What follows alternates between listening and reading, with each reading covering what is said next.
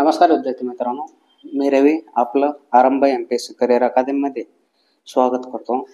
मित्रांनो, आपण काल विविध खेळ पाहिले होते.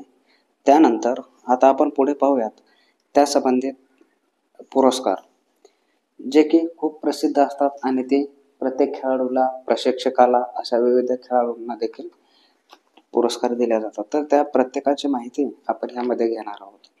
तर पहिला घेऊया मेजर ध्यानचंद खेलरत्न पुरस्कार. याला 1991 ते 1992 मध्ये राजीव गांधी खेलरत्न पुरस्कार म्हणून सुरुवात केली गेली. तर 2021 मध्ये नरेंद्र मोदी यांनी यांचे नाव बदलून मेजर ध्यानचंद खेलरत्न पुरस्कार असे केले. हा पुरस्कार भारतात खेळ या क्षेत्रामध्ये दिला जाणारा सर्वात मोठा पुरस्कार आहे. तर या पुरस्कारामध्ये एक मेडल मिळते, एक प्रशस्तीपत्र आणि 25 लाख रुपये रोख रक्कम दिली जाते. तर राजीव गांधी खेलरत्न पुरस्कार व ध्यानचंद पुरस्कार विजेता राजधानी तसेच शताब्दी गाडीमध्ये प्रथम तसेच द्वितीय श्रेणी वातानुकूलित कोच यामध्ये मुक्त प्रवास करू शकतात. ह्या त्यांना सुविधा दिल्या जातात, ज्या की ते राजधानी एक्सप्रेस तसेच शताब्दी गाडी एक्सप्रेसमध्ये तसेच त्यांना द्वितीय वातानुकूलित म्हणजेच AC तिकीट फ्री दिले जाते. त्यानंतर मौलाना अबुल कलाम आझाद ही ट्रॉफी आहे. तो पुरस्कार कसा असतो आणि कोणाला दिला जातो हे देखील पाहूयात. ही ट्रॉफी 1956 ते 57 मध्ये सुरू झाली. ही चल वैजती म्हणजेच रोलिंग ट्रॉफी आहे आणि ही आंतर विश्वविद्यालय टुर्नामेंटमध्ये सर्वश्रेष्ठ समग्र प्रदर्शन केलेल्या विद्यापीठाला प्रदान केले जाते. या व्यतिरिक्त विद्यापीठाला 10 लाख रुपये नगदी पुरस्कार दिला जातो. तसेच स्पर्धेतील दुसरे स्थान येणाऱ्या विद्यापीठाला 5 लाखाची रोख रक्कम दिल्या जाते. तसेच तिसरा स्थान पटकावणाऱ्याला 3 लाख रुपयांचे नगदी पुरस्कार दिला जातो. हा मौलाना अबुल कलाम आझाद ट्रॉफी हा विद्यापीठ स्तरावर खेळला जाणारा हा पुरस्कार आहे. तर ही ट्रॉफी आहे आणि ही ट्रॉफी प्रत्येक वेळी रोलिंग पद्धतीने म्हणजे जो संघ पुढील संघ जिंकेल त्याच्याकडे ही ट्रॉफी सुपूर्द केल्या जाते. आणि प्रथम येणाऱ्याला 10 लाख रुपये प्रथम विद्यापीठाला, दुसऱ्या विद्यापीठ दुसरे क्रमांक पटकावणाऱ्याला 5 लाख रुपये, तसेच तिसरे क्रमांक पटकावणाऱ्याला विद्यापीठाला 3 लाख रुपये अशी त्यांची ट्रॉफीची पुरस्काराची निवड आहे. त्यानंतर खेळामध्ये आजीवन पुरस्कार म्हणजे ध्यानचंद पुरस्कार असे देखील म्हटले जाते. काही खेळामध्ये आजीवन पुरस्कार दिले जातात. हा देखील आपण पाहूयात. हा 2002 पासून सुरू झालेला आहे. यात नगदी पुरस्कार 10 लाख रुपये आहेत. तसेच हा पुरस्कार अशा खेळाडूंना समर्पित केला जातो की ज्यांनी आपल्या खेळामध्ये उत्कृष्ट प्रदर्शन केले आहे आणि खेळामधून रिटायर्ड होऊन देखील त्यांनी त्या खेळासाठी योगदान दिले आहे. तसेच प्रत्येक वर्षी जास्तीत जास्त 3 खेळाडूंना हा पुरस्काराने सन्मानित केले जाते. तर खेळरत्न आजीवन पुरस्कार म्हणजे आपला समजले असेल की हा 2002 पासून सुरू झाला. यामध्ये 10 लाख रुपये रोख रक्कम दिले जाते. हा पुरस्कार अशा खेळाडूंना समर्पित असतो की आपल्या खेळामध्ये ते उत्कृष्ट प्रदर्शन केलेले असावेत आणि या खेळामधून रिटायर्ड होऊन देखील त्यांनी खेळासाठी योगदान दिले असावे. अशा खेळाडूंना आजीवन पुरस्कार दिला जातो. तसेच या खेळाचे किती जणांना दिला जातो तर फक्त 3 खेळाडूंना हा पुरस्कार सन्मानित केला जाते. तर आता पाहूयात आपण अर्जुन पुरस्कार. हा पुरस्कार 1961 मध्ये सुरू केला गेला. यात 15 लाख रुपये रोख रक्कम प्रदान केले जाते. तसेच आंतरराष्ट्रीय खेळाडू यात अनुशासन, नेतृत्व तसेच खेळाची भावना अशा ह्यामध्ये अटी असतात. त्या सर्व त्यांना लागू असाव्या लागतात, ज्या की खेळाबद्दल अनुशासन, नेतृत्व गुण तसेच खेळाची भावना अंगी असणे गरजेचे आहे. 2001 पासून हा पुरस्कार केवळ खालील विभागांना दिला जाईल, जो की गुण तालिकेत येतील. 2001 ला त्यांनी त्यामध्ये बदल केला आणि 2001 पासून हा पुरस्कार केवळ खालील विभागांनाच दिला जाईल, जो की गुण तालिकेत प्रथम येतील. जसे ऑलिम्पिक मधील खेळ आशियाई खेळ, राष्ट्रमंडळ खेळ, तसेच विश्वकप, चॅम्पियन कप अशा, तसेच स्वदेशी खेळ, शारीरिक खेळ, अपंग लोकांसाठीचे खेळ. प्रत्येक वर्षी जास्तीत जास्त 15 अर्जुन पुरस्कार दिले जातात. तर ह्या विविध प्रकारच्या लोकांना दिले जातात. त्यानंतर द्रोणाचार्य पुरस्कार, हा पुरस्कार पाहूयात आता. हा 1985 मध्ये सुरू केलेला पुरस्कार आहे. यात जे विख्यात कोच असतात, जे की खेळाडूंना प्रशिक्षण देत असतात, अशा विख्यात कोचांना त्यांना दिला जातो. त्यांनी खेळाडू आणि टीम तसेच खेळाडूंच्या गटांना यशस्वीरित्या प्रशिक्षण केलेले असते आणि त्यांना आंतरराष्ट्रीय स्पर्धेत उत्कृष्ट कार्य करण्यासाठी मोलाचे योगदान दिलेले असते. त्यामुळे हा द्रोणाचार्य पुरस्कार कोच असणाऱ्यांना दिला जातो. तसेच द्रोणाचार्य पुरस्कार 2 श्रेणीमध्ये दिला जातो. कोणता? तर पहिला आहे द्रोणाचार्य पुरस्कार आजीवन, तसेच दुसरा आहे द्रोणाचार्य पुरस्कार नियमितपणे दिला जाणारा जीवनकाळासाठी. तर त्याची रक्कम आहे 15 लाख, तसेच नियमितसाठी आहे 10 लाख. पुरस्कार स्वरूपाने गुरु द्रोणाचार्य यांची प्रतिमा दिली जाते. एका वर्षात हा पुरस्कार पाच कोच यांना दिला जातो. 5च्या अधिक दिला जात नाही. तर राष्ट्रीय खेळ प्रोत्साहन पुरस्कार, काही खेळांना आपण प्रोत्साहन देण्यासाठी जे पुरस्कार दिले जातात त्यांना राष्ट्रीय खेळ प्रोत्साहन पुरस्कार म्हणून देखील ओळखले जाते. ते देखील आपण पाहूयात. तर खेळाडू आणि प्रशिक्षक या व्यतिरिक्त अन्य खेळ संस्थेकडून खेळाच्या विकासाकरिता योगदान देणाऱ्या संस्थांना सरकारने 2009 पासून राष्ट्रीय खेळ प्रोत्साहन पुरस्कार या नावाने एक नवीन पुरस्काराची सुरुवात केली आहे. यामध्ये 4 विभाग आहेत. नवीन उभरत्या युवकांना स्पर्धेची ओळख आणि त्यासाठी प्रोत्साहन, कॉर्पोरेट सामाजिक दायित्वाच्या उद्देशाने खेळांना प्रोत्साहन देणे, तसेच खेळाडूंच्या रोजगार आणि खेळ कल्याण यासाठी उपाय आणि विकासासाठी दिला जातो. या सर्व श्रेणीमध्ये या पुरस्काराचे स्वरूप एक प्रशंसापत्र, एक ट्रॉफी दिली जाते. यामध्ये कोणतीही रोख रक्कम दिली जात नाही. तर राष्ट्रीय खेळ प्रोत्साहन पुरस्कारामध्ये रोख रक्कम दिली जात नाही, फक्त एक प्रशंसापत्रक आणि एक ट्रॉफी हे दिले जाते. आता पाहू आपण पंडित दीनदयाल उपाध्याय राष्ट्रीय कल्याण कोष. तर यामध्ये सन 2017 पासून खेळाडूंसाठी राष्ट्रीय कल्याण कोष हे नाव बदलून पंडित दीनदयाल उपाध्याय राष्ट्रीय कल्याण कोष असे केले. त्यानंतर या कोशाची स्थापना 1982 मध्ये केली गेली. कारण अनेक वर्षापूर्वी देशाचा मान वाढवणाऱ्या खेळाडूंना उत्कृष्ट सहाय्य करण्यासाठी स्थापना केली गेली होती. ही मदत त्यांच्यासाठी आहे आणि त्यांचे वर्षाचे उत्पन्न 2 लाखाहून कमी आहे, त्यांनाच ही मदत दिली जाते. तर पंडित दीनदयाल उपाध्याय राष्ट्रीय कल्याण कोष म्हणजे जे 2017 पासून खेळाडूसाठी दिले जाते. तर त्याचं नाव बदलून काय केलं त्यांनी, राष्ट्रीय कल्याण कोष योजनेचं नाव बदलून त्यांनी पंडित दीनदयाल उपाध्याय राष्ट्रीय कल्याण असे केले. त्यानंतर या कोशाची स्थापना 1982 साली झाली. कारण अनेक वर्षापूर्वी देशाचा मान वाढवणाऱ्या खेळाडूंना, उत्कृष्ट खेळाडूंना अर्थसहाय्य करण्यासाठी ही स्थापना केली गेली.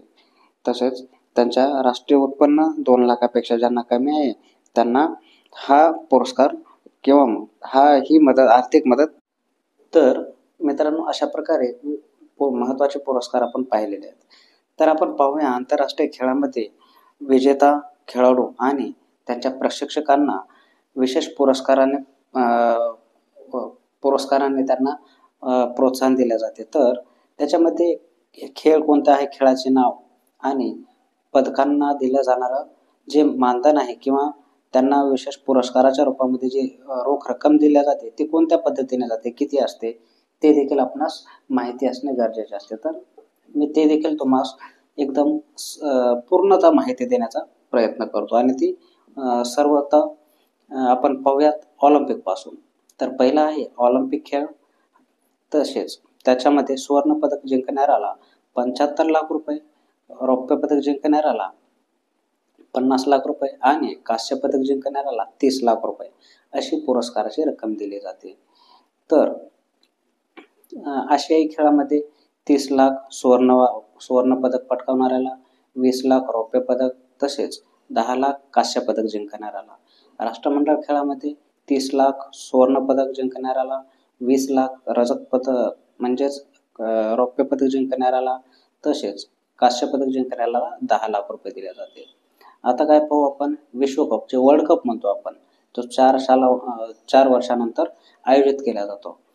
तर ती सुवर्ण पदक जिंकणाऱ्याला 40 लाख रुपये, रौप्य पदक जिंकणाऱ्याला 25 लाख रुपये आणि कांस्य पदक जिंकणाऱ्याला 15 लाख रुपयाची भेट दिली जाते. त्यानंतर विश्व चॅम्पियन विश्वकप जे की 2 वर्षाचे आयोजन केले जाते, 2 वर्षांनी. तर त्यामध्ये सुवर्ण पदक जिंकणाऱ्याला 20 लाख रुपये आणि रौप्य पदक जिंकणाऱ्याला 14 लाख रुपये, कांस्य पदक जिंकणाऱ्याला 8 लाख रुपये असं स्वरूप आहे. त्यानंतर विश्वकप एका वर्षाने जो आयोजित केला जातो, जो वर्ल्ड कप असतो, त्याला सुवर्ण पदक जिंकणाऱ्याला 10 लाख रुपये, रौप्य पदक जिंकणाऱ्याला 7 लाख रुपये तसेच कांस्य पदक जिंकणाऱ्याला 4 लाख रुपयाची भेट दिली जाते. त्यानंतर आशियन चॅम्पियनशिप असतात, ज्या 4 वर्षाने एक बार आयोजित केल्या जातात. त्यामध्ये सुवर्ण पदक जिंकणाऱ्याला 15 लाख, रौप्य पदक जिंकणाऱ्या खेळाडूला 10 लाख तसेच 5 लाख रुपये कांस्य पदक जिंकणाऱ्याला खेळाडूला दिले जाते. त्यानंतर आशियन चॅम्पियनशिप असते, ती 2 वर्षातून एक वेळेस आयोजित केल्या जाते. तर त्यामध्ये सुवर्ण पदक जिंकणाऱ्या खेळाडूला 7.5 लाख रुपये, रौप्य पदक जिंकणाऱ्याला 5 लाख रुपये तसेच कांस्य पदक जिंकणाऱ्याला 2.5 लाख रुपयांची पुरस्कार दिला जातो. त्यानंतर आपण पाहूयात आशियन चॅम्पियनशिप जो वर्षातून एक बार आयोजित केला जातो. तर प्रथम येणाऱ्याला जो की सुवर्ण पदक जिंकतो त्याला 3,75,50,000 रुपये तसेच रौप्य पदक जिंकणाऱ्याला 2,50,000 तसेच रौप्य पदक जिंकणाऱ्याला, कांस्य पदक जिंकणाऱ्याला 1,25,000चा पुरस्कार दिला जातो. त्यानंतर राष्ट्रमंडळ चॅम्पियनशिप असते, जे 4 वर्षामध्ये एक बार आयोजन केले जाते.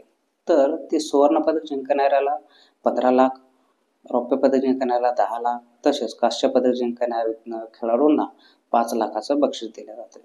त्यानंतर आपण पाहू 11वा राष्ट्रमंडळ चॅम्पियनशिप, जे 2 वर्षातून एक बार आयोजन केले जाते. तर त्याचे प्रथम येणाऱ्याला भेटते 7,50,000 आणि रौप्य पदक जिंकणाऱ्याला येतात 5 लाख तसेच कांस्य पदक जिंकणाऱ्याला खेळाडूला 2,50,000चं बक्षीस दिलं जातं.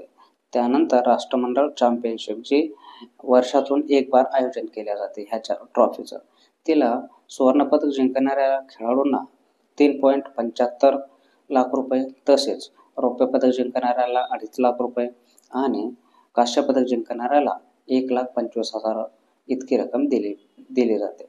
त्यानंतर आंतरराष्ट्रीय विश्वविद्यालय खेळ म्हणजेच की आपण आत्ताच पाहिलं होतं की वेगवेगळ्या विद्यापीठातील खेळाडू एकत्र येऊन जी ट्रॉफी खेळतात त्यामध्ये 3.75 लाख रुपये सुवर्णपदक, रजत पदक म्हणजेच कांस्य पदक हे, रौप्य पदक 2.5 लाख रुपये आणि कांस्य पदकासाठी 1,25,000 रुपयाची त्यांना पुरस्कार दिला जातो. तर अशा प्रकारे हे क श्रेणी ओपनमध्ये खेळणारे खेळाडू यांचे आपण त्यांचे खेळाचे नाव, पुरस्काराची रक्कम आणि सुवर्ण पदक जिंकणाऱ्यास, रौप्य पदक जिंकणाऱ्यास तसेच कांस्य पदक जिंकणाऱ्याला असं आपण एकदम सिरियलने पाहिलं आहे. तर ते होते क श्रेणीचे खेळाडू. त्यानंतर आपण पाहू ख श्रेणी. तर त्यालाच आपण त्यामध्ये येतात पॅरा स्पोर्ट्स. तर त्यांना त्यांचे खेळ पाहून आणि त्यांचे सुवर्ण, रौप्य आणि कांस्य पदक जिंकणाऱ्या खेळाडूला किती रक्कम दिली जाते हे आपण सविस्तर पाहूया.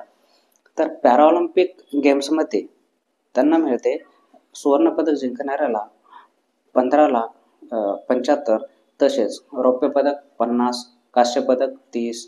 तर पॅरा एशियन गेम असतात त्यांना पॅराऑलिम्पिकला सुवर्ण पदक 30 लाख तसेच रौप्य पदक 20 लाख, कांस्य पदक 10 लाख. राष्ट्रमंडळ खेळ पॅरा ॲथलेटिक्समध्ये मोडतात. हे 30 लाख रुपये सुवर्ण पदक जिंकणाऱ्याला, रौप्य पदक 20 लाख आणि कांस्य पदक 10 लाख.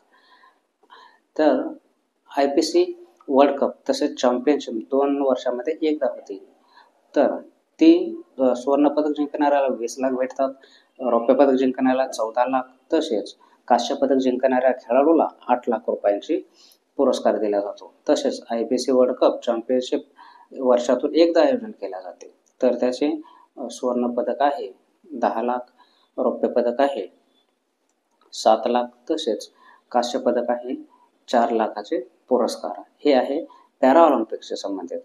त्यानंतर आपण पाहू दृष्टिबाधित जे खेळ असतात तर ते देखील आपण पाहूयात. ते येतात ग श्रेणीमध्ये. कारण आपण पाहिलं होतं क अगोदर पाहिले, ख नंतर, त्यानंतर आपण पाहू तिसरा ग श्रेणी. तर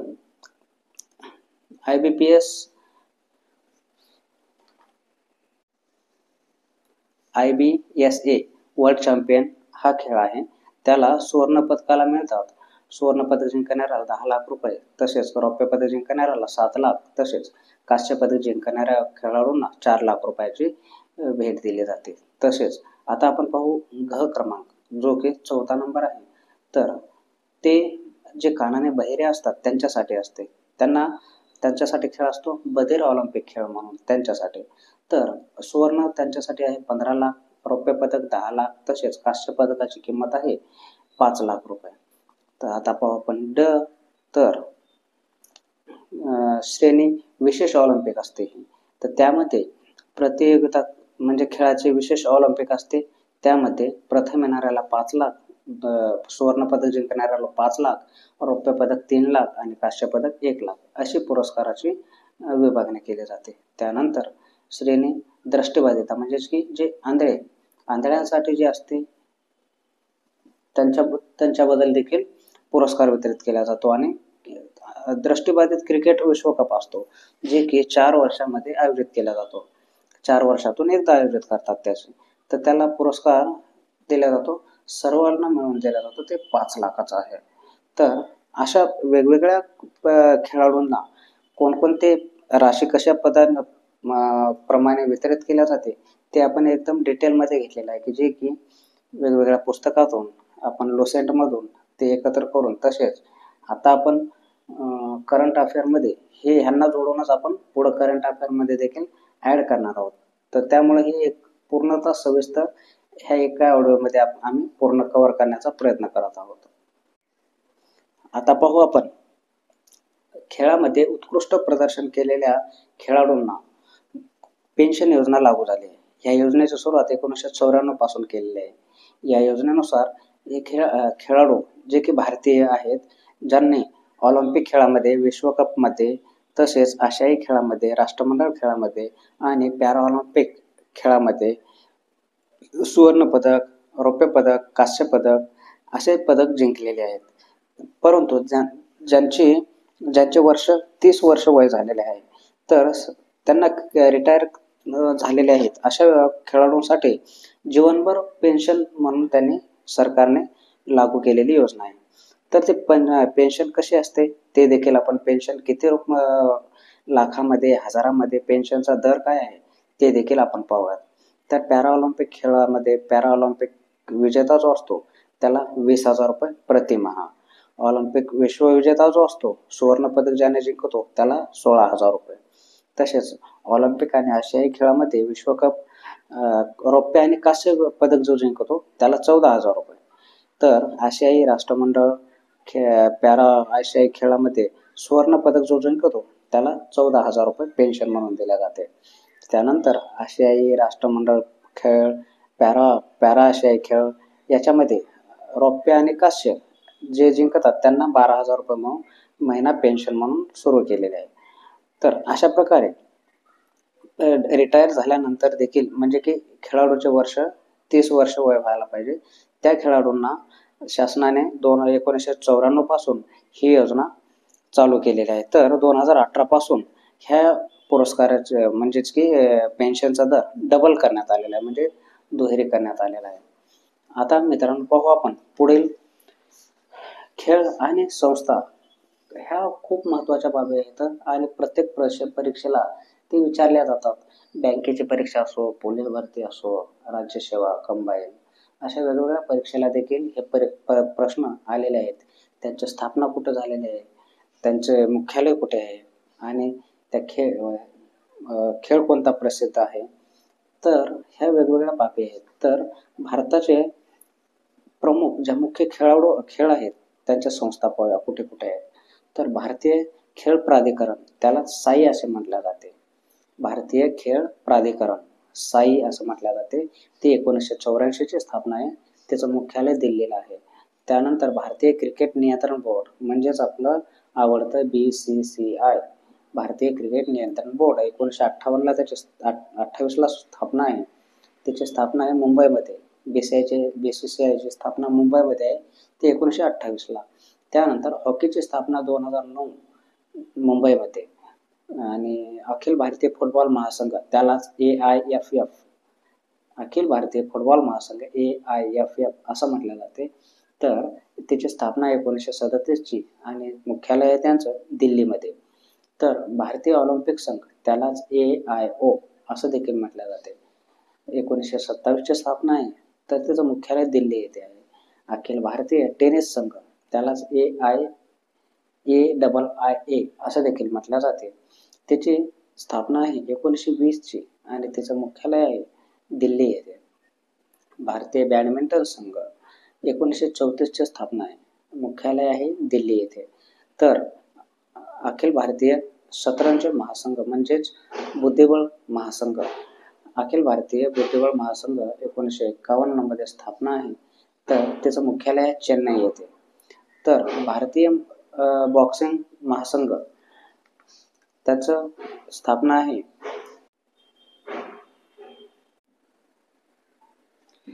तर भारतीय मुक्केबाजी म्हणजेच बॉक्सिंग महासंघाची स्थापना 1951ची, ती आहे दिल्लीतील. तर बंगाल हॉकी असोसिएशन ही संस्था आहे कलकत्ता याचे मुख्यालय आणि संस्था स्थापन झालेली आहे ती 1908 मध्ये. तर ॲमेच्योर कबड्डी फेडरेशन ऑफ इंडिया 1950ची स्थापना आहे. त्यानंतर आपण पाहूया की भारताचे काही प्रशिक्षण संस्था आहेत, त्या देखील आपण पाहूयात. Indian institute of water sports, हो, हे डोनापोला हे गोव्याला आहे. National sports club of India हे मुंबई महाराष्ट्र येथे आहे. त्यानंतर international institute of sports management ही मुंबईला संस्था आहे. Institute of sports and science टेक्नॉलॉजीची संस्था आहे, प्रशिक्षण संस्था, ते पुणे येथे आहे. आर्मी स्पोर्ट्स इन्स्टिट्यूट आहे, पुणे येथे आहे. त्यानंतर गुरु गोविंद सिंग स्पोर्ट्स कॉलेज आहे, लखनौ येथे. रोबोटिक्स ट्रेनिंग सेंटर आहे, लखनौ, पुणे येथे. त्यानंतर त्यानंतर Indian institute of skiing mountaineering ही आहे बारामुल्ला, जम्मू काश्मीर येथे. तर government arts and sports college आहे जालंधर, पंजाब राज्यामध्ये आहे. त्यानंतर जिंदाल स्पोर्ट्स म्हणून आहे, ती संस्था आहे गुडगाव, हरियाणा येथे. तर विशेष म्हणजे त्याच्यामध्ये मिझोरमने खेळाला उद्योगाचा दर्जा देण्यात. तर मित्रांनो, मिझोरम हे असे राज्य आहे की जे खेळाला उद्योगाचा दर्जा दिलेला आहे. तर अशा प्रकारे आपण आजच्या व्हिडिओ लेक्चरमध्ये विविध खेळ, त्याचे पुरस्कार, भारताच्या प्रमुख संस्था, तसेच आपण पुरस्कारामध्ये किती योगदान दिले जाते, त्यांना राशी किती दिली जाते, हे देखील आपण पाहिलेले आहे. त्यानंतर आपण पेन्शन योजना पाहिलेली आहे त्यांच्यासाठी. अशा विविध खेळासंबंधित महत्त्वाच्या अशा परीक्षेला येणाऱ्या गोष्टी आपण यामध्ये भरपूर कव्हर करण्याचा प्रयत्न केला आहे. तर आपण पुढील व्हिडिओमध्ये तसेच पुढच्या लेक्चरमध्ये आपण महत्त्वाचं असं पाहूयात, जे की भारतामध्ये प्रथम घटना घडलेल्या, ज्या बुलेटिन म्हणून आपल्याला प्रत्येक परीक्षेला वन लाइनर मध्ये विचारले जाते, तर ते आपण पुढच्या लेक्चरमध्ये सविस्तर असं घेऊया. तर मित्रांनो, धन्यवाद. आपण भेटू पुढील लेक्चरमध्ये.